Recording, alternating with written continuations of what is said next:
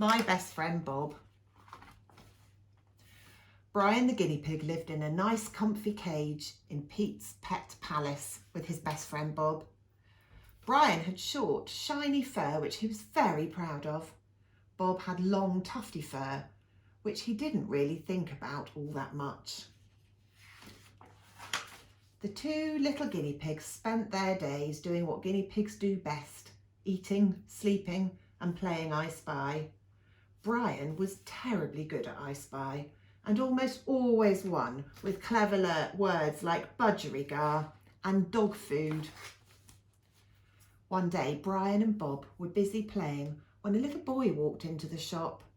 "I spy with my little eye," said Bob, but before he could finish, the little boy reached into the cage and picked him up. "I want this one," said the boy.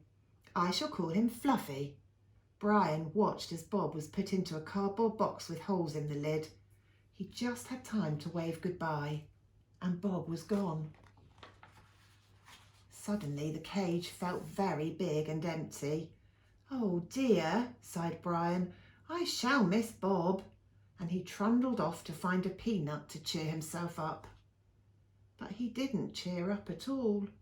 In fact, every day Brian missed Bob more and more, and every day he felt more and more miserable. Then one day Brian was sitting in his cage feeling very glum when he noticed an old man peering down at him. The man picked him up and smiled. "He's just what I was looking for," he said, and he put Brian into a box. At first, Brian was excited.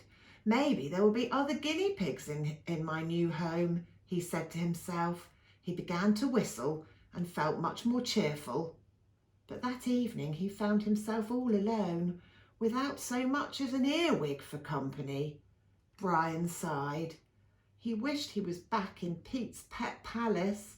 At least he could chat to the goldfish there. "I wonder what's happened to my best friend Bob," whispered Brian. "He's probably forgotten all about me by now." He wiped away a tear and curled up in the straw. The next morning, Brian hadn't even opened his eyes when he felt his box being lifted up. "What's happened now?" he grumbled.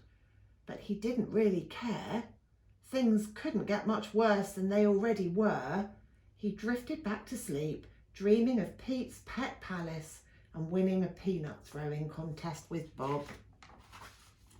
A little while later, Brian was woken by a buzz of excited voices outside his box. "Oh, bother," he said crossly. "Can't I at least have some peace and quiet?" Then suddenly the lid was lifted off and the bright light streamed into the box. Brian looked up to see a little boy smiling down at him. He sleepily wondered if he had seen the boy somewhere before. The boy picked Brian up and gave him the biggest hug he'd ever had.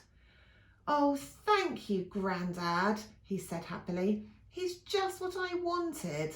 I shall call him Snuffles." The little boy put Brian into his new hutch. Brian stretched out and sniffed the air. "That's funny," he said, and he sniffed the air again.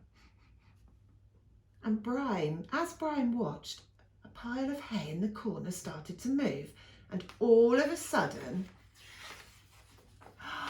"Brian! Bob!" Brian was so excited to see Bob, he thought he might just burst with happiness. That evening, sitting together in their hutch playing I Spy, the two little guinea pigs had almost forgotten that they had ever been apart. "I spy with my little eye," said Bob, something beginning with P. But Brian was already fast asleep.